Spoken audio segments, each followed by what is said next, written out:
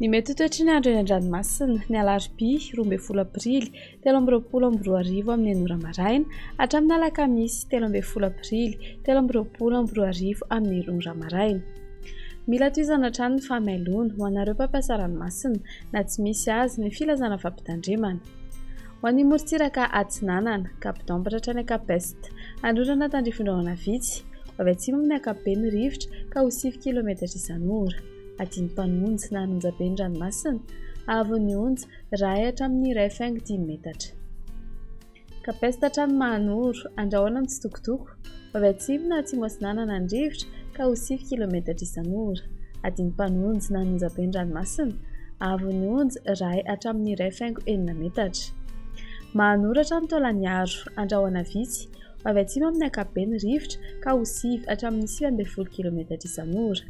Ahatratra 20 km isan'ora manakaiky ny Taolagnaro. Adiny Mpanonja na Anonjaben'ny ranomasina, Avon'ny Onja iray hatramin'ny 1.5 metatra, ahatratra 2 metatra manakaiky ny Taolagnaro. Isan'ny rano avy atsimo Atsinanana. Taolagnaro hatrany Cap-Sainte-Marie, andrahoana mitsitokotoko na ibalikan'ny masoandro, avy atsimo andrefana na atsimo ny rivotra ka ho 9 hatramin'ny 9.5 km isan'ora. Anonjaben'ny ranomasina, Avon'ny Onja 1.5 hatramin'ny 2.5 metatra, isan'ny rano avy atsimo andrefana. Ho an'ny morontsiraka andrefana, Cap-Sainte-Marie hatrany Cap-Saint-Vincent, andrahoana mitsitokotoko ny any atsimo ny Tampolo, ibalikan'ny masoandro any Akafa, avy atsimo na atsimo Atsinanana ny rivotra ka ho 9.5 hatramin'ny 18 km isan'ora. Adiny Mpanonja na Anonjaben'ny ranomasina, Avon'ny Onja iray hatramin'ny 2.5 metatra, isan'ny rano avy atsimo andrefana.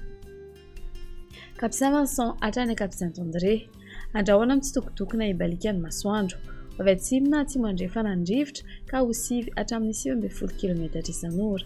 Adiny Mpanonja ranomasina, Avon'ny Onja mandinona ny 1 metatra. Cap-Saint-André hatrany Analalava, andrahoana vitsy, avy andrefana na avaratra andrefana ny rivotra ka ho 9 hatramin'ny 9.5 km isan'ora. Hodon'ny ranomasina, Avon'ny Onja mandinona ny 4.5 metatra. Analalava hatrany Cap-d'Ambre, andrahoana mitsitokotoko, eo avy fitsokan'ny rivotra ka ho 9 km isan'ora. Hodon'ny ranomasina, Avon'ny Onja ho latsaky ny 4.5 metatra.